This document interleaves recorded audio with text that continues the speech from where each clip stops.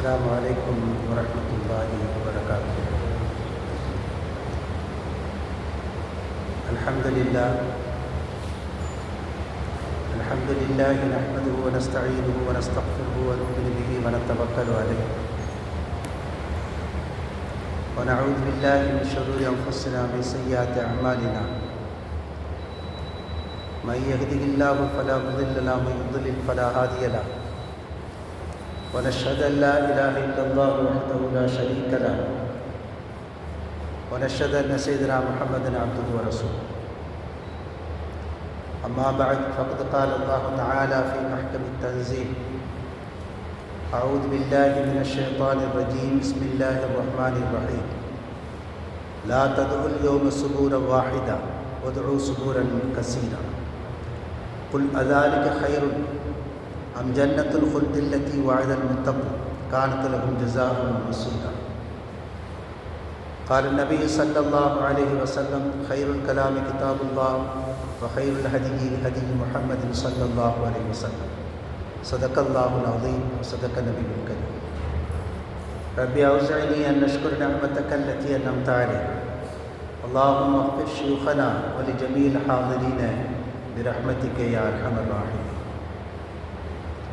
அளவற்ற அருளாளன், நிகரற்ற அன்பாளன், எல்லாம் அல்ல அல்லாஹ்வின் திருநாமம் கொண்டு என் வார்த்தைகளை ஆரம்பம் செய்தேன். சலாமும் சலவாத்தும் கண்மணி நாயகம் முகமது முஸ்தபா ரசூலுல்லாஹி ஸல்லல்லாஹு அலைஹி வஸல்லம் அவர்களின் மீது, அவர்களது உயர்ந்த வாழ்க்கை நெறியினை பின்பற்றிய சஹாபா பெருமக்கள், தாபீன்கள், தபவு தாபீன்கள், இமாம்கள், மேதைகள், இறைநேசர்கள், இறைவனுடைய அருளை எதிர்நோக்கி காத்திருக்கிற நம்மவர்கள் அனைத்து பெருமக்களின் மீதும் என்றைக்கும் உண்டாகட்டுமாக. ஆமீன். அன்பிற்குரிய அல்லாஹ்வின் நல்லடியார்களே, ஃபுர்கான் என்கிற அத்தியாயத்தின் விளக்கங்களை நாம் தொடர்ந்து பார்த்து கொண்டு வருகிறோம். அந்த வரிசைகளை இன்றைக்கு ஒரு சில வசனங்களுக்கான விளக்கங்களை இன்ஷா அல்லாஹ் பார்க்க இருக்கிறோம். அல்லாஹ் சுப்ஹானஹு வ தஆலா சொல்லுகிறான்: லா ததுல் யௌம சுபூரன் வாஹிதா. நரகவாசிகளே, நீங்கள் நரகத்தில் அகப்பட்டு கொண்டதற்கு பிறகு இந்த வேதனையை தாங்க முடியாமல் ஒரு அழிவை கேட்கிறீர்கள். எங்களை அழித்து விடுங்கள், இந்த சித்திரவதை வேண்டாம், இந்த வேதனை நீடிக்க வேண்டாம், ஒரேடியாக எங்களை கொன்று விடுங்கள் என்பதைப் போல நீங்கள் ஒரே ஒரு அழிவை கேட்கிறீர்கள். அப்படி கேட்காதீர்கள். ஒதுரு சுபூரன் கசீரா, பல அழிவுகளை கேளுங்கள் என்று அல்லாஹ் சொல்கிறார். ஏனென்றால் நரகத்தை பொறுத்த மட்டிலே ஒரு முறை அழிவு என்பது கிடையாது. அல்லாஹ் சுப்ஹானஹு வ தஆலா வேறொரு வசனத்திலே சொல்கிற போது, அவர்களின் தோள்களை நாம் திரும்ப திரும்ப மாற்றிக்கொண்டே இருப்போம், வேதனையை சுவைப்பதற்காக என்று அல்லாஹ் சுப்ஹானஹு வ தஆலா சொல்கிறார்.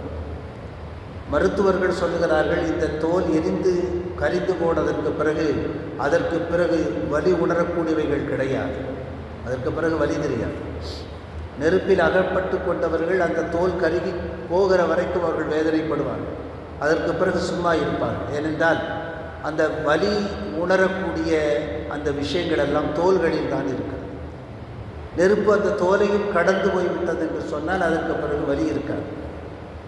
எனவே நரகவாசிகளுக்கு வலி இல்லாமல் போய்விடக்கூடாது என்பதற்காக அல்லாஹ் சுப்ஹானஹு வ தஆலா அந்த தோல்கள் அழிந்ததற்கு பிறகு உபத்தல்லாஹும் ஜுலூதன் ஆகர், திரும்ப புதிய தோள்களை நாம் அவர்களுக்கு மாற்றுகிறோம் என்று அல்லாஹ் சுப்ஹானஹு வ தஆலா சொல்கிறார். எதற்காக? வேதனையை சுவைப்பதற்காக. எனவே நரகத்தில் நம்மை போட்டுவிட்டால் கொஞ்சம் தண்டனையும் கிடைத்து விட்டது, விஷயம் இத்தோடு முடிந்தது என்று இருக்க முடியாது. ஒரு அழிவை நீங்கள் கேட்காதீர்கள், திரும்ப திரும்ப பலவிதமான அழிவை கேளுங்கள். அல்லாஹ் உங்களுக்கு நரகத்திலே பலவிதமான அழிவை வைத்திருக்கிறான் என்று அல்லாஹ் சுப்ஹானஹு வ தஆலா இந்த வசனத்திலே சொல்கிறார். குல், நபியை நீங்கள் கேளுங்கள், அதாலிக ஹைருன் அம் ஜன்னத்துல் ஹுல்தில் லத்தி உஇதல் முத்தகுன். இந்த நரகம் சிறந்ததா அல்லது இறையச்சமுடைய மக்களுக்கு இறைவன் வாக்களித்திருக்கக்கூடிய நிரந்தரமாக இருக்கக்கூடிய சொர்க்கம் சிறந்ததா என்று. இந்த நரகம் சிறந்ததா அல்லது இறையச்சமுடைய மக்களுக்கு அல்லாஹ் சுப்ஹானஹு வ தஆலா நிரந்தரமாக தங்குகிற வாய்ப்பை கொடுக்கிற அந்த சொர்க்கம் சிறந்ததா என்று கேளுங்கள். காணத்தலகும் ஜஸாஅன் வ மஸீரா, அந்த சொர்க்கம் அவர்களுக்கு கூலியாக, அவர்கள் மீளும் இடமாக அந்த சொர்க்கம் இருக்கிறது. எனவே அது சிறந்ததா என்று நபியே நீங்கள் கேளுங்கள் என்று சொல்கிறார். உண்மையில் சொர்க்கம்தான் சிறந்தது. நரகத்தை ஒப்பிட்டு பார்க்கிற போது எந்த வகையிலும் அது தாழ்ந்ததல்ல, சமமானதல்ல, பன்மடங்கு உயர்வானது. நரகம் அழிவினுடைய குறியீடு என்று சொன்னால் சொர்க்கம் ஆனந்தத்தின் குறியீடு. சொர்க்கம் எப்படி இருக்கும்? நபிகள் நாயகம் ஸல்லல்லாஹு அலைஹி வஸல்லம் சொல்லிவிட்டார்கள், எந்த கண்ணும் கண்டிராத, எந்த காதும் கேட்டிராத, எந்த உள்ளமும் சிந்தித்திராத, கற்பனையே பண்ண முடியாது. ஆனால் உலகத்திலே உச்சபட்ச இன்பங்களை காணுகிற போது நாம் சொல்லிக்கொள்வோம் சொர்க்கம் மாதிரி என்று. சொர்க்கத்தை யாரும் பார்த்ததில்லை, சொர்க்கத்தை யாரும் பார்த்ததில்லை. ஆனால் உச்சபட்ச இன்பத்தை நம்மால் வர்ணிப்பதற்கு வார்த்தைகள் இல்லை என்கிற காரணத்தினாலே நாம் சொர்க்கம் மாதிரி என்று சொல்லிக் கொள்ளுகிறோமே ஒழிய சொர்க்கம் இதையெல்லாம் தாண்டி. காலையிலே ஒரு ஆப்பிள் கொடுக்கப்படும். அது கொடுக்கப்படும் என்ன? மடியில் வந்து வீழும். அந்த கிளையை பார்ப்பார், மரத்தை பார்ப்பார் சொர்க்கவாசி, இதை சாப்பிட்டால் நன்றாக இருக்குமே என்கிற சிந்தனை தோன்றுகிற போதே அந்த மரத்தின் கிளை வளைந்து அவருடைய மடிக்கருகில் வந்து அந்த பழங்களை போட்டு சாப்பிட்டு விடுவார். சுவையாக இருக்கும். அதே மரத்தை, அதே பழத்தை கொஞ்ச நேரம் கழித்து சுவைக்க வேண்டும் என்று விரும்புகிற போது அந்த மரத்தின் கனி கிடைக்கும், அதே அந்த பழம் கிடைக்கும். ஆனால் அதே சுவை இருக்காது, இன்னொரு சுவை கொடுக்கும். காலையில் சாப்பிட்ட சுவை இருக்காது, இது ஒரு வித்தியாசமாக இருக்கும். ஹதீஸிலே அப்படித்தான் வருகிறது. ஒரே மரத்தின் பழம் காலையில் ஒரு சுவையாக, மாலையில் ஒரு சுவையாக இருக்கிறது. சொர்க்கத்தினுடைய வர்ணனைகளை சொல்லிக்கொண்டே இருக்கலாம். அதனுடைய நேரம் எப்படி இருக்கும்? மகரிபுடைய நேரத்தை போல இருக்கும். சொர்க்கம் எப்போதுமே காலை மாதிரியோ அல்லது மாலை மாதிரி இருக்காது.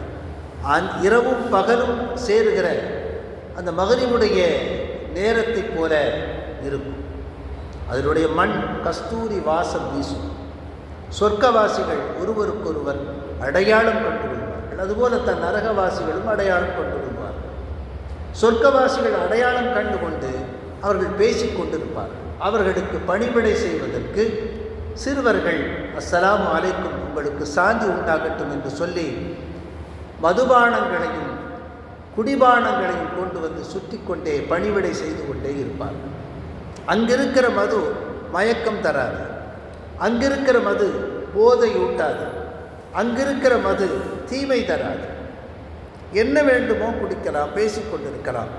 இதிலெல்லாம் மிகச் சிறப்பான அம்சம், அந்த சொர்க்கவாசிகளுக்கிடையே தராதரம் இருக்கிறது, வேறுபாடு இருக்கிறது. உலகத்தில் அவர்கள் செய்த நல்லறங்களுக்கு தக்கவாறு அல்லாஹ் சுப்ஹானஹு வ தஆலா அவர்களுக்கான அந்தஸ்துகளை தனித்தனியாக கொடுக்கிறார். அப்படி கொடுக்கிற போது பொறாமை வர வேண்டும் இல்லையா? ஒரு சின்ன மனக்கஷ்டம் வர வேண்டும் இல்லையா? அந்த பொறாமை என்பது ஏற்படாது.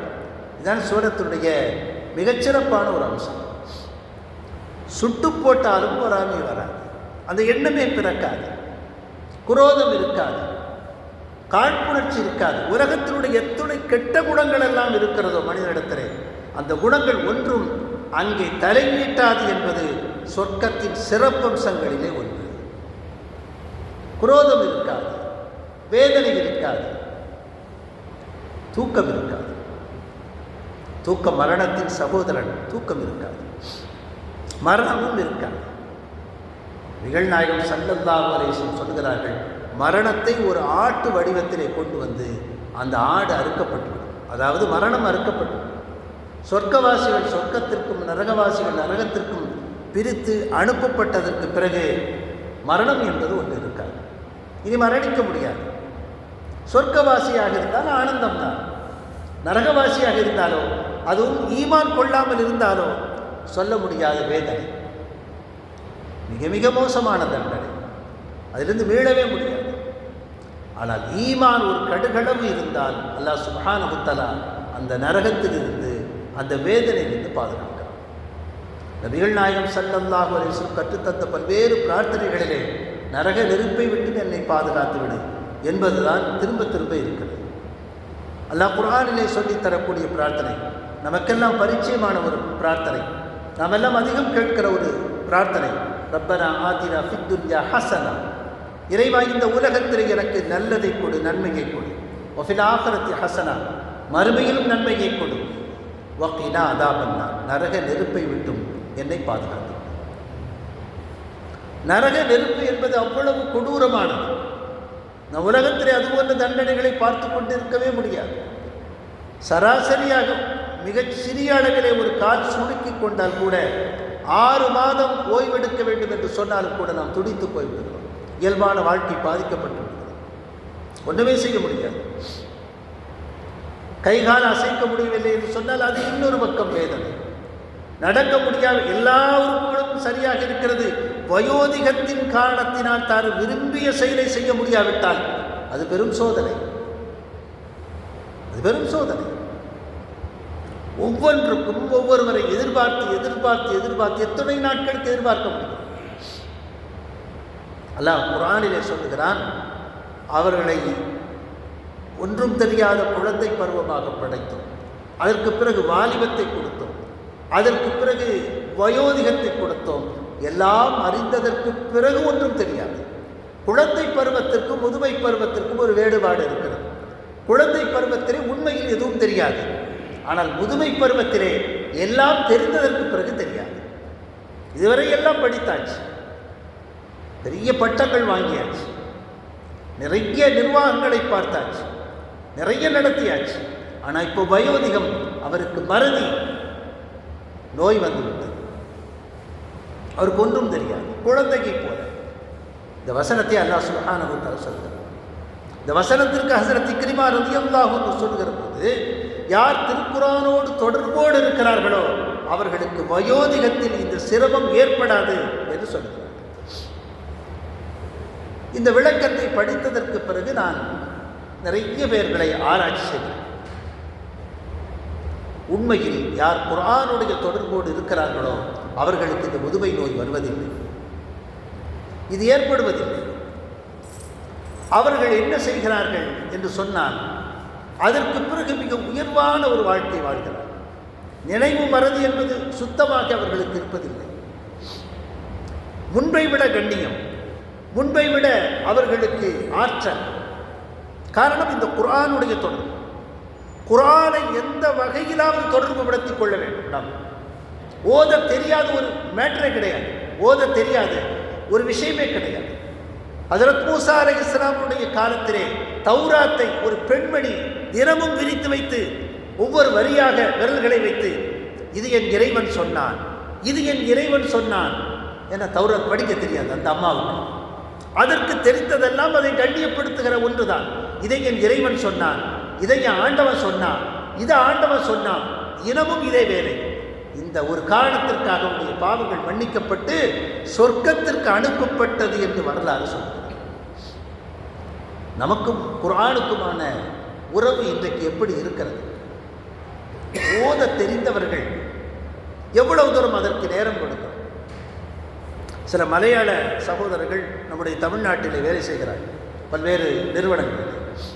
அவரிடத்தில் ஒரு பழக்கம், திருக்குர்ஆன் அனைவருக்கும் ஓத தெரியும் என்பதையும் தாண்டி தெளிவாக ஓதுவார். அங்கே இருக்கக்கூடிய ஸ்ட்ரக்சர் இங்கே அப்படி கிடையாது. அப்போ ஒரு சகோதரரை தொடர்ந்து நான் கண்காணித்து கொண்டிருக்கிறேன். அவர் தினமும் நின்று கொண்டு ஓதுகிறார். அதிகாலை தொழுகை முடிந்ததும் நின்று கொண்டே ஓதுகிறார், ஒரு பக்கமோ 2 பக்கமோ. கொஞ்ச நாள் கழித்ததற்கு பிறகு அவற்றை நான் கேட்குறேன், ஏன் நின்று கொண்டு ஓதுகிறேன்? உட்கார்ந்து ஓதலாம். சொன்னார், எனக்கு நிறைய பணி இருக்குது, நிறைய வேலை கிடைக்கும், அந்த வேலைகளுக்கு இடையில் நான் உட்கார்ந்தால் அந்த வேலை கெட்டு போகும், அதற்காக திருக்குர்ஆன் ஓதுவதை விட முடியாது. எனவே நின்ற நிலையிலே தினமும் நான் ஒரு பக்கமாவது ஓதிவிட்டு செல்கிறேன். உண்மையிலே ஒரு சந்தோஷமான செய்தி. ஓத தெரிந்தவர்கள் அதை தொடர்ந்து ஓதிக்கொண்டே இருக்கிறார். ஓத தெரிந்ததற்கு பிறகு அதை ஆராய்ச்சி செய்வதற்கு முனைய வேண்டும். இல்லை என்று சொன்னால் மனனம் செய்வதற்கு முயல வேண்டும். குறைந்தபட்சம் இந்த குர்ஆனோடு நம்முடைய தொடர்புகளை அதிகப்படுத்தி கொண்டே இருக்கணும். பொதுவாக மனிதன் என்ன நினைப்பானே, இதில் நிறைய நேரம் செலவழித்தால் மீதி என்னுடைய வேலைகளை கவனிப்பதற்கான நேரம் எங்கே என்கிற ஒரு கேள்வி, நியாயமான கேள்வி. நான் 1 மணி நேரம் திருக்குர்ஆனை படிக்க வைத்தால் எனது வேலை கெட்டுவிடுமே என்று நினைக்கிறோம். ஆனால் உண்மையில் அப்படி அல்ல.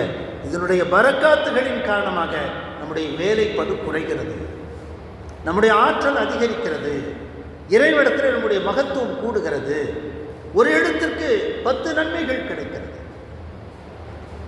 ஒரு எழுத்திற்கு 10 நன்மைகள் கிடைக்கிறது. நபிகள் நாயகம் ஸல்லல்லாஹு அலைஹி வஸல்லம் சொல்லுகிற போது அலிஃப் லாம் மீம் என்று ஒருவர் ஓதினால் அதற்கு 30 நன்மைகள் கிடைக்கிறது. அலிஃப் என்பது தனித்த எழுத்து, லாம் என்பது தனித்த எழுத்து, மீம் என்பது தனித்த எழுத்து. இவை எல்லாவற்றுக்கும் சேர்த்து 30 நன்மைகள் கிடைக்கிறது என்று நபிகள் நாயகம் ஸல்லல்லாஹு அலைஹி வஸல்லம். இப்போ நமக்கு தெரிஞ்ச எத்தனையோ சின்ன சின்ன சூறாக்கள் நமக்கு தெரிகிறது. குல் ஹுவல்லாஹு அஹத் சூறாக்கள் தெரிகிறது. குல் அஊது பிரப்பில் ஃபலக் இருக்கிறது, குல் அஊது பிரப்பின் நாஸ் இருக்கிறது. பயணத்திலே, இடையிலே, சும்மா இருக்கிற நேரத்திலே இந்த வசனங்களை ஓதிக்கொண்டே இருக்கலாம். ஏன் அல்ஹம்து சூராவை ஓதிக்கொண்டே இருக்கலாம். நபிகள் நாயகம் ஸல்லல்லாஹு அலைஹி வஸல்லம் சொல்றாங்க, ஒரு குழந்தை அல்ஹம்துலில்லாஹி ரப்பில் ஆலமீன் என்று ஓதினால் அந்த இடத்திற்கு இறக்கவிருக்கிற வேதனையை அல்லாஹ் 40 ஆண்டுகள் தள்ளி வைக்கிறான். 40 ஆண்டுகள். இன்றைக்கு நம்மிடையே பெரும் பெரும் முசீபத்துக்கள் இறங்காமல் இருப்பதற்கு இந்த திருக்குர்ஆன் ஓதுதல் ஒரு காரணம். நம்முடைய வீட்டு பிள்ளைகள் யாரோ எவரோ தினமும் ஓதிவிடுகிறார்கள். ஒரு வசனத்தை 2 வசனத்தை ஓதிவிடுகிறார்கள். நம்முடைய சின்ன குழந்தைகள் படித்து விடுகிறது. அதனால் தான் நாம் திரும்ப திரும்ப சொல்வது, மக்தப் என்கிற சிறார் பள்ளிக்கூடங்கள் கண்டிப்பாக பாதுகாக்கப்பட வேண்டும். மக்தப் என்கிற அந்த மதரசாக்கள் பாதுகாக்கப்பட வேண்டும். நம்முடைய வீட்டு குழந்தைகள் படிக்க வேண்டும். அதில் பல்வேறு நன்மைகள் இருக்கிறது. உடனடியாக நன்மைகளை பார்க்க முடியாது. அதில் படிக்கிற குழந்தைகள் ஒரு 40-50 வயதை தொடுகிற போது அதற்கு ஒரு பிரச்சனை வருகிறது வாழ்க்கையில். அந்த பிரச்சனை என்ன செய்வது என்று தெரியாமல் விழித்து கொண்டிருக்கிற போது, ஓய்வாக இருக்கிற போது சட்டென்று ஒரு சிந்தனை வருகிறது. நாம் ஓதும்போது நம்முடைய உஸ்தாத் சொல்லி தந்தார்களே, கவலையான நேரத்தில் கண்மணி நாயகம் ரசூலுல்லாஹி ஸல்லல்லாஹு அலைஹி வஸல்லம் இதை ஓத வேண்டும் என்று கற்றுத்தந்தார்களே, நாம் ஏன் ஓதி அல்லாஹ்விடத்தில் கேட்கக்கூடாது என்கிற சிந்தனை அப்போது வரும். அந்த நேரத்திலே ஓதி அதற்கான நிவாரணத்தை பெற்றுக்கொள்வார். வாழ்க்கை எப்படி நடத்த வேண்டும் என்று தெரியும், பெற்றோர்களை எப்படி மதிக்க வேண்டும் என்று தெரியும். நபிகள் நாயகம் ஸல்லல்லாஹு அலைஹி வஸல்லம் சொன்னாங்க, ஒரு பெற்றோர் தன் குழந்தைக்கு கொடுக்கிற செல்வங்களின் மிகச்சிறந்த செல்வம் நல்லொழுக்கம். இன்றைக்கு அதை கொடுக்க தவறிவிட்டு அதற்கு பிறகு என் குழந்தை என்னை மதிக்கவில்லை, எனக்கு செலவுக்கு பணம் தரவில்லை, என்னை ஏன் என்று கேட்கவில்லை என்று புகார் அளிப்பதில் எந்த பயனும் கிடையாது. முற்பகல் செய்யும் பிற்பகல் தாமே விளைந்து நிற்கிறது. முன்னால் நாம் என்ன செய்தோமோ அதுதான் நமக்கு கிடைக்கும். ஒரு குழந்தைக்கு நாம் பெற்றோராக செய்ய வேண்டிய கடமைகளை நபிகள் நாயகம் ஸல்லல்லாஹு அலைஹி வஸல்லம் சொல்லித் தருகிறார். பிறந்தவுடன் நல்ல பெயர் வைப்பது, நல்ல பெயர், அழகான பெயர் அல்ல, கவர்ச்சியான பெயர் அல்ல, நல்ல பெயர், நல்ல அர்த்தம் தாங்கிய பெயர். ஆனால் நாம் என்ன செய்கிறோம், இப்போ உள்ள ட்ரெண்டுக்கு ஏற்ற மாதிரி ஒரு பெயரை செலக்ட் செய்கிறோம். நபிகள் நாயகம் ஸல்லல்லாஹு அலைஹி வஸல்லம் அவருடைய காலத்திலே பல்வேறு அர்த்தம் கெட்ட பெயர்களை எல்லாம் மாற்றியிருக்கிறார். நிறைய பேர்களை மாற்றிருக்கிறார். சையதுனா ஹசன் ரலியல்லாஹு அன்ஹு அவர்களுக்கு முதலாக அவருடைய தந்தை ஹஜரத் அலி அவர்கள் வைத்த பெயர் ஹர்ப், போர். போர்னா அவங்களுக்கு ரொம்ப பிடிக்கும், அதனால் ஹர்பன் பேர் வச்சாங்க. அது கூடாதுப்பா, ஹசன் அழகானவன் என்று மாற்றி வைத்தார்கள் கண்மணி நாயகம் ரசூலுல்லாஹி ஸல்லல்லாஹு அலைஹி வஸல்லம். ஒரு தோழர் வந்தார், பேர் என்னன்னு கேட்டாங்க. ஹுஸ்ன், கவலை அப்படின்னு சொன்னார். பேர் நல்லா இல்லையே, மாற்றிருப்பா, மாற்றி வச்சிருமா? இல்லை, எங்கள் அத்தா அம்மா ஆசையாக வச்சாங்க. அவர் மாற்ற சம்மதிக்கலை. ரசூலுல்லாஹி ஸல்லல்லாஹு அலைஹி வஸல்லம் விட்டுட்டாங்க. பின்னாடி எழுதுகிறார், சஹாபாக்கள் சொல்கிறாங்க, அவர் வாழ்க்கை முழுக்க கவலையோடு தான் இருந்தார். வாழ்க்கை முழுக்க கவலை. அதனால தான் நம்முடைய நல்லா சின்ன குழந்தைகளில் பார்த்துருக்கேன், பேர் செலக்ட் பண்ணுறது யார் தெரியுமா? இமாம் தான். வீட்டுக்காரங்க அது தலையிடவே மாட்டாங்க. நான் பார்த்துருக்கேன் பல குழந்தைகளை, எங்கள் வீட்டு குழந்தைகளே நான் பார்த்துருக்கேன். எங்கள் வீட்டில் பிறந்த குழந்தைகளுக்கு பேர் வைக்க இமாம் வருவாங்க. இமாமுக்கு ஆனா பெண்ணான்னு கூட தெரியாது. அந்த துணியை சுற்றி கொடுப்பாங்க இல்லையா, அந்த துணியை நீக்கிட்டு அவர் சில நேரங்களில் இமாம் பார்ப்பாங்க, அல்லது சில நேரம் கேட்பாங்க. ஆம்பளை பிள்ளையா பொம்பளை பிள்ளையா, சில நேரம் அவங்க பார்ப்பாங்க பெரியவங்க, சில நேரம் கேட்பாங்க. அந்த நிமிஷத்தில் உதிக்கிற பெயர் தான் பெரும்பாலும் நபிமார்களுடைய பெயர்களும் சஹாபாக்களுடைய பெயர். இப்ராஹிம் என்றோ, இஸ்மாயில் என்றோ, மரியம் என்றோ, ஜைனப் என்றோ, ஃபாத்திமா என்றோ, அந்த நேரத்திலே அந்த இமாம்களுக்கு அல்லாஹ் சுப்ஹானஹு தஆலா உதிக்க வைக்கிற பெயர்தான் நம்முடைய குடும்பங்களிலே கொஞ்ச காலம் இருந்தது. அப்புறம் இன்னொரு வழக்கம் இருந்தது. நபிகள் நாயகம் ஸல்லல்லாஹு அலைஹி வஸல்லம் குழந்தைக்கு பேர் வைக்கும்போது பேரித்தம்பழத்தை வாயிலிட்டு மென்று சுவைத்து அந்த உமிழ்நீரை குழந்தைக்கு கொடுப்பார். இப்போ கொடுக்க முடியுமா? டாக்டரே சொல்லிடுறாங்க, முத்தமே கொடுக்க விடாது. டாக்டர் சொன்ன முத்தம் கொடுத்துறாதீங்க. ஆசையாக முத்தம் கூட கொடுக்க முடியவில்லை, உமிழ்நீர் எங்கே கொடுப்பது? அதில் இமாம் எப்படி கொடுப்பது? யார் சம்மதிப்பார்? அந்த மரபுகளெல்லாம் இன்றைக்கு தேய்ந்து போய்விட்டது. அப்போ நல்ல பெயர்களை வைப்பது முதலாவது கடமை. இரண்டாவது ஒழுக்கங்களை கற்றுக் கொடுப்பது கடமை. மூன்றாவது அந்த குழந்தைகள் வயதுக்கு வந்து விட்டால் தகுந்த ஜோடிகளை தேர்வு செய்து திருமணம் செய்து வைப்பது கடமை. திருமணம் செய்து வைப்பதற்கு தாமதமானால், அதற்கிடையிலே ஏதாவது குழப்பங்கள் ஏற்பட்டால் அந்த குழப்பங்களுக்கான பொறுப்பு, அதனுடைய பாவம் பெற்றோர்களை சாரும் என்று நபிகள் நாயகம் ஸல்லல்லாஹு அலைஹி வஸல்லம் சொன்னார். இப்போ ஒரு பெற்றோராக குழந்தைக்கு செய்ய வேண்டிய கடமைகளை நாம் செய்யாது இருக்கிற போது அது தவறு செய்யும். அந்த தவறினுடைய தண்டனை நமக்கும் சேரும். சொல்ல போனால் நம்மை மறுமையில் அந்த குழந்தைகள் காட்டி கொடுக்கும் என்று அல்லாஹ் சுப்ஹானஹு வ தஆலா சொல்கிறார். ஒரு குழந்தை தவறு என்று தீர்மானிக்கப்பட்டு தீர்ப்பு வழங்கப்பட்டு நரகத்திற்கு அனுப்பப்படுகிற போது அது சொல்லும், ரப்பனா ஆத்திஹிம் ضعفை, இறைவா என் பெற்றோர்களுக்கு எனக்கு கொடுப்பதைப் போல 2 மடங்கு தண்டனையை கொடு. 2 மடங்கு. ஏனென்றால் நான் இன்று கெட்டு சீரழிந்து நரகத்திற்கு செல்வதற்கு முதற் காரணம் என் பெற்றோர்கள். எனக்கு நல்ல விஷயங்களை அறிமுகப்படுத்தவில்லை, என்னை பள்ளியோடு தொடர்பு ஏற்படுத்தவில்லை, எனக்கு குர்ஆன் படிப்பதற்கான சூழலை உருவாக்கி தரவில்லை, அந்த வாழ்க்கை எனக்கு கற்றுக் கொடுக்கவில்லை. எனவே இந்த வேதனையை அவர்களும் சுகிக்கட்டும், 2 மடங்கு தண்டனையை கொடு என்று அவர்கள் கேட்பார்கள் என்று அல்லாஹ் சுப்ஹானஹு வ தஆலா திருமறையிலே சொல்லி காட்டுகிறார்.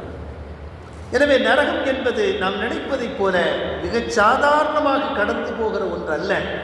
அதே போல சொர்க்கம் என்பது நாம் நினைப்பதைப் போல வெறும் இன்பங்கள் மட்டுமல்ல. நம்ம இன்னும் பார்க்கல, அவ்வளவு உயர்வான ஒரு இன்பம். அதான் அல்லாஹ் கேட்குறான், நபியை நீங்கள் கேளுங்கள், இந்த நரகம் சிறந்ததா, இரையச்சமுடைய மக்களுக்கு வாக்களிக்கப்பட்ட சொர்க்கம் சிறந்ததா என்று கேளுங்கள். அந்த சொர்க்கம் உலகத்தில் அவர்கள் செய்ததற்கான கூலியாக அவர்கள் மீளுமிடமாக இருக்கிறது என்று அல்லாஹ் சுப்ஹானஹு வ தஆலா சொல்கிறார். லஹும் ஃபீஹா மா யஷாஊன காலிதீன ஃபீஹா, லஹும் ஃபீஹா மா யஷாஊன காலிதீன். அந்த சொர்க்கத்தில் அவர்கள் விரும்பியதெல்லாம் கிடைக்கும். கான அலா ரப்பிக ஹத்மன் மக்தியா, என்ன விரும்பினாலும் கிடைக்கும். சொர்க்கத்தினுடைய சிறப்பு தன்மைகளில் ஒன்று நினைத்தால் போதும் கிடைக்கும். பழமா உடனே, பானமா உடனே, என்ன கிடைக்கும். குழந்தை பெற்றுக்கொள்ள வேண்டும் என்று ஆசைப்பட்டால் குழந்தை பெற்றுக்கொள்வார்கள். ஆனால் இந்த ப்ராசஸ் இருக்கு. 10 மாதம் வேதனை, மருத்துவமனை, லேபர் வார்டு எதுவும் இருக்காது. நினைப்பாங்க குழந்தை வேணும், குழந்தை வேணும். விவசாயம் செய்யணும், செய்வார்கள். அறுவடை செய்வார்கள். என்ன நினைக்கிறார்களோ அவ்வளவு கிடைக்கும். தூக்கத்தை தவிர, மரணத்தை தவிர அவ்வளவு கிடைக்கும். இதை அல்லாஹ் சுப்ஹானஹு வ தஆலா தன் மீது கடமையாக்கி வைத்திருக்கிறான். இறைவன் மீது அவனால் வாக்களிக்கப்பட்ட கடமை. கான அலா ரப்பிக ஹத்மன் மக்தியா, தனக்கு தானே தீர்ப்பு வழங்கிய ஒன்று இந்த நல்லடியார்களுக்கு சொர்க்கம் தர வேண்டும் என்பது. وَيَوْمَ يَحْشُرُونَ مَا يَعْبُدُونَ مِن دُونِ اللَّهِ فَيَقُولُ أَأَنْتُمْ أَضْلَلْتُمْ عِبَادِي هَؤُلَاءِ أَمْ هُمْ ضَلُّوا السَّبِيلَ. நபியே கேளுங்கள், இந்த இணை வைப்பாளர்களையும் தெய்வங்களையும் விசாரணைக்காக ஒன்று சேர்க்கும் நாளில் என் அடியார்களை நீங்கள் வழிகெடுத்தீர்களா என்று அந்த தெய்வங்களை பார்த்து அல்லாஹ் கேட்பார். எல்லாத்தையும் ஒன்று கூட்டி, சிலைகள், கற்கள், வணங்கிய தெய்வங்கள், மனிதர்கள், ஜின்கள், இப்படி எல்லாத்தையும் ஒன்று கூட்டி என் அடியார்களை நீங்கள் வழிகெடுத்தீர்களா என்று எந்த தெய்வத்தை இவர்கள் தவறாக வணங்கினார்களோ அந்த தெய்வத்தில் கேட்பார். அல்லது அவர்கள் தாமாக வழிதவறி விட்டார்களா என்று கேட்பார். நீங்கள் கெடுத்தீங்களா அல்ல அவங்களா கெடுப்பார். அவர்கிட்ட விசாரணை எடுத்தோம். காலு சுப்ஹானக மா கான யன்பகி லனா அன் நத்தஹத மின் தூனிக. அவங்க சொல்வாங்க, நீ மகா தூய்மையானவன், உன்னை தவிர மற்ற எவரையும் வணங்கும்படி சொல்வதற்கு எங்களுக்கு தகுதி கிடையாது. நாங்கள் ஏன் சொல்ல போகிறோம்? அவர்களுக்கு தெரியும். ஷைத்தானே என்ன செய்வான்னா, ஒரு தவறில் ஒரு மனிதனை கொண்டு போய் நிறுத்திட்டு வானா பரிமிக்கு நான் இதுலேருந்து நீங்கிட்டேன்னு சொல்லுவோம். அவனுக்கு தெரியும் படைச்ச ரப்பு யார், இதுக்கான தண்டனை என்ன.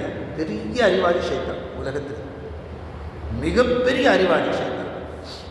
ஏன் அவன் ஷைத்தானா? நான் என்கிற அகங்காரம் இருந்தது. இன்றைக்கு கல்வியாளத்தில் நான் இருந்தால் அந்த கல்வி பிரயோஜனப்படாது, எந்த பயனும் இருக்காது. நான் என்பது இருக்கிற வரைக்கும் பிரயோஜனப்படாது. கல்வி இருக்கும், மதிக்கப்படலாம், சம்பாதிக்கலாம், உயர் பதவிகளில் அலங்கரிக்கலாம், எல்லாம் செய்யலாம். ஆனால் துளி கூட அவர்களுக்கோ சமுதாயத்திற்கோ அந்த கல்வியால் ஒரு பயனும் இருக்காது. ஷைத்தானுக்கு, ஷைத்தானுடைய கல்வியால் யாருக்காவது பலன் இருக்கிறது? அவன் லாஜிக்காக கேட்டான், ஒரே ஒரு கேள்விதான். மண்ணால் படைக்கப்பட்ட மனிதன் பெரியவனா, நெருப்பால் படைக்கப்பட்ட நான் பெரியவனா? நெருப்பின் தன்மை உயர்ந்து கொண்டே போகக்கூடியது, மண்ணின் தன்மை தாழ்ந்து கொண்டே போகக்கூடியது. உயர்ந்து கொண்டே போகிற ஒன்று தாழ்ந்து போகிற ஒன்றுக்கு எப்படி அடிபணிய முடியும் என்று கேட்டான். அவன் என்ன மறந்துட்டான்? சொன்னது யாருங்கிறது மறந்துட்டான். யார் சொன்னான் அப்படின்னு மறந்துட்டான். அல்லாஹ் சொன்னான். அல்லாஹ் சுப்ஹானஹு வ தஆலா சொல்லும்போது அது உடனே கேட்பதை தவிர வேறு வழி இல்லை. அல்லாஹ் சுப்ஹானஹு வ தஆலா ஆதமைக்கு படியுங்கள் என்று சொன்னால் உடனே படித்து விட வேண்டியது. ஃபஸஜதல் மலாயிகத்து குல்லுஹும் அஜ்மஊன், எல்லா மலக்குமார்களும் சரம் படிந்தார்கள், ஷைத்தானை தவிர. ஷைத்தான் லாஜிக்கா யோசிக்க. அப்போ படிப்பு என்பது என்ன செய்யுது அப்படின்னா உரசி பார்க்க சொல்லுகிறது. அல்லாஹ் உயர்ந்தவரிடத்திலிருந்து கட்டளை வருகிற போது அதை உரசி பார்க்க சொல்லுகிறது, இது சரிதானா என்று. அல்லாஹ்வுடைய கட்டளை பெரிதாக தெரியவில்லை. அதனால்தான் கண்மணி நாயகம் ரசூலுல்லாஹி ஸல்லல்லாஹு அலைஹி சொன்னாங்க, படைத்தவனுக்கு வழிபடுவதில் படைப்பினங்களுடைய பேச்சு கேட்கக்கூடாது.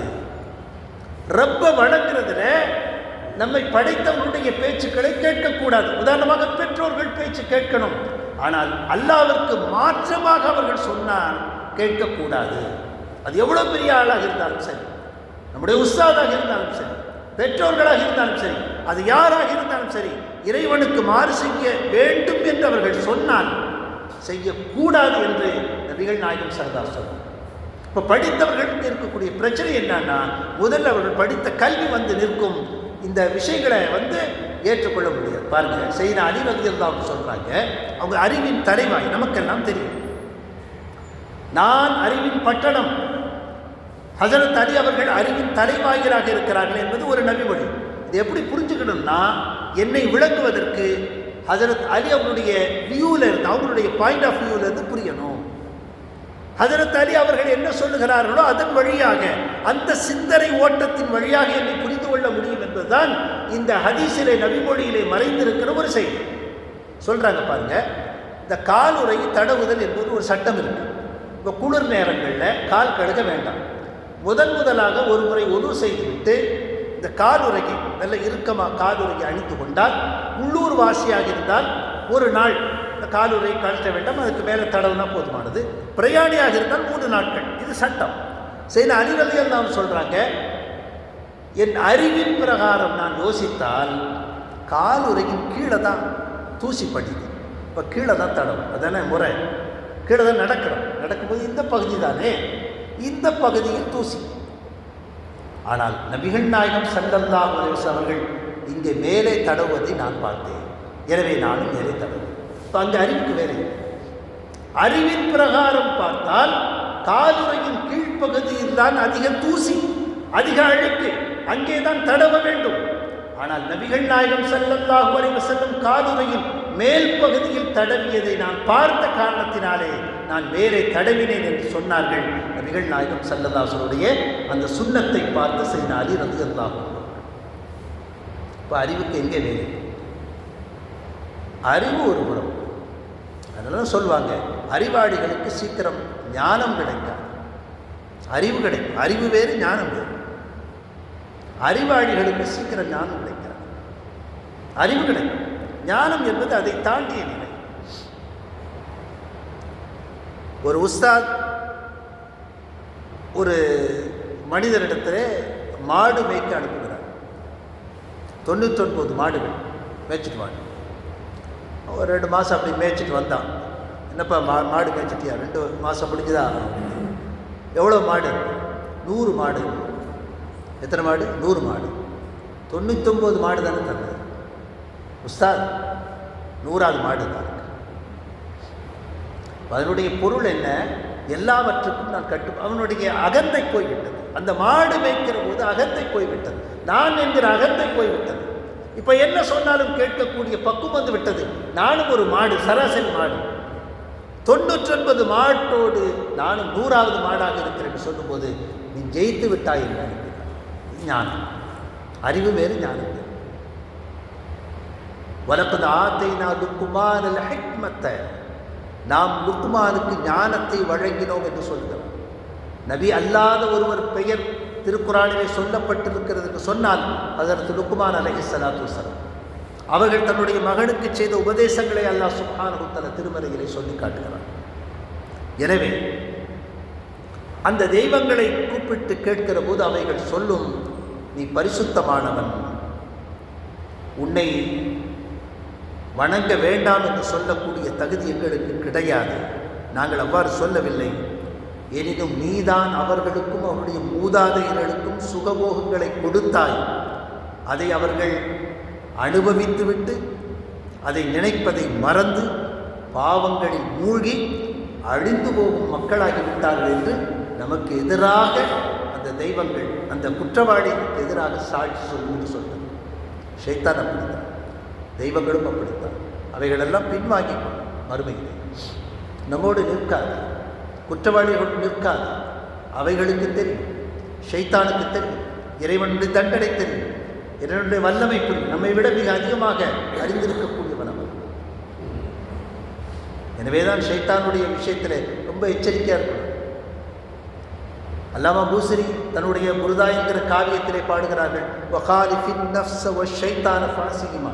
நஃப்ஸ் என்கிற அந்த ஆன்மாவும் நஃப்ஸுக்கும் ஷைத்தானுக்கும் மாறு செய்து கொண்டே இவைகள் நன்மைகளை சொல்லாது, நன்மைகளை தூண்டாது. நஃப்ஸ் 7 வகையான படித்தரங்களை நஃப்ஸில் சொல்றாங்க.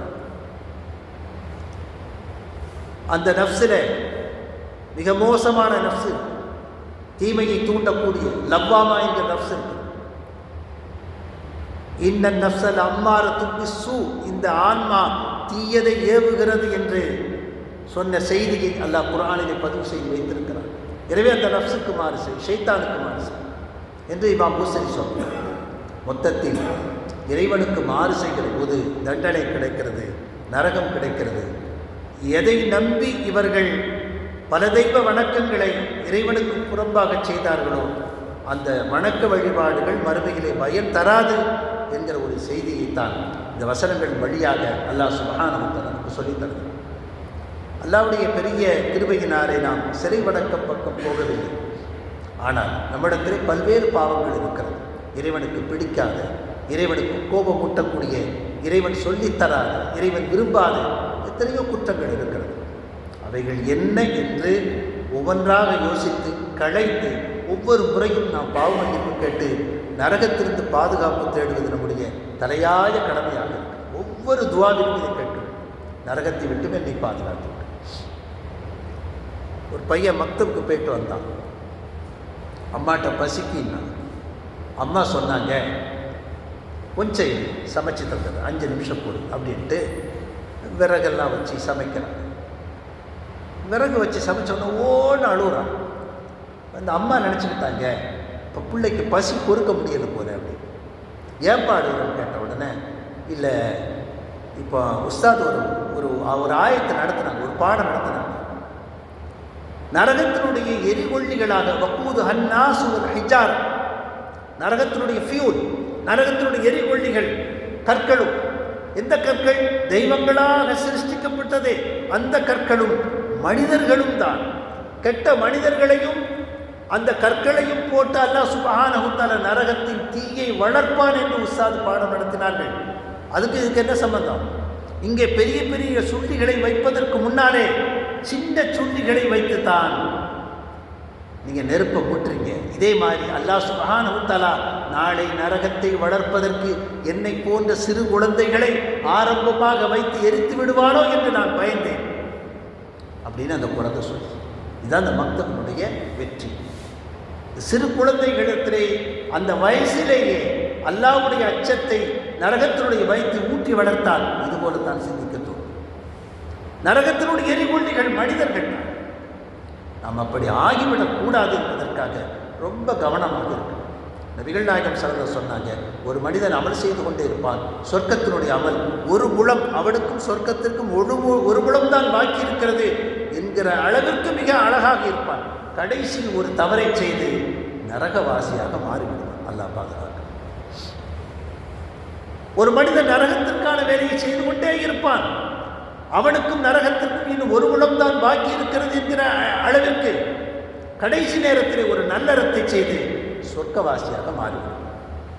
எனவே இன்றைக்கு நாம் சுகமாக இருக்கிறோம், 5 வேளை தொழுகிறோம், நிம்மதியாக இருக்கிறோம் என்று எந்த மனிதரும் நிம்மதியாக இருந்துவிட முடியாது.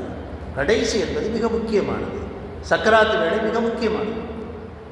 எனவே கடைசி வரைக்கும் கவனத்தோடு இருந்து ஒவ்வொரு எட்டையும் மிக கவனமாக வைத்து, ஒவ்வொரு எட்டும் மிக கவனமாக வைத்து, ஒவ்வொரு நாளும் நரகத்திலிருந்து பாதுகாப்பு தேடி, ஒவ்வொரு நாளும் சொர்க்கத்திற்கு போக வேண்டும் என்று ஆசைப்பட்டு அல்லாஹ்விடத்தில் கேட்டு நடப்பதுதான் ஒரு புத்திசாலிக்கான அழகு. இன்றைக்கு நாம் நன்றாக இருக்கிறோம், இன்றைக்கு தொழுது விட்டோம், இன்றைக்கு நம்முடைய இறைக்கடமைகளை செய்து விட்டோம், நாம் நன்றாக இருக்கிறோம், ஓரளவிற்கு ஹலால் ஹராம் பேணிக் கொண்டிருக்கிறோம், குடும்பத்தை பாதுகாக்கிறோம், வீட்டிற்கு தேவையானதை ஹலாலான முறையில் செய்து கொடுக்கிறோம் என்று நிம்மதியாக ஒருபோதும் இருந்துவிட முடியாது.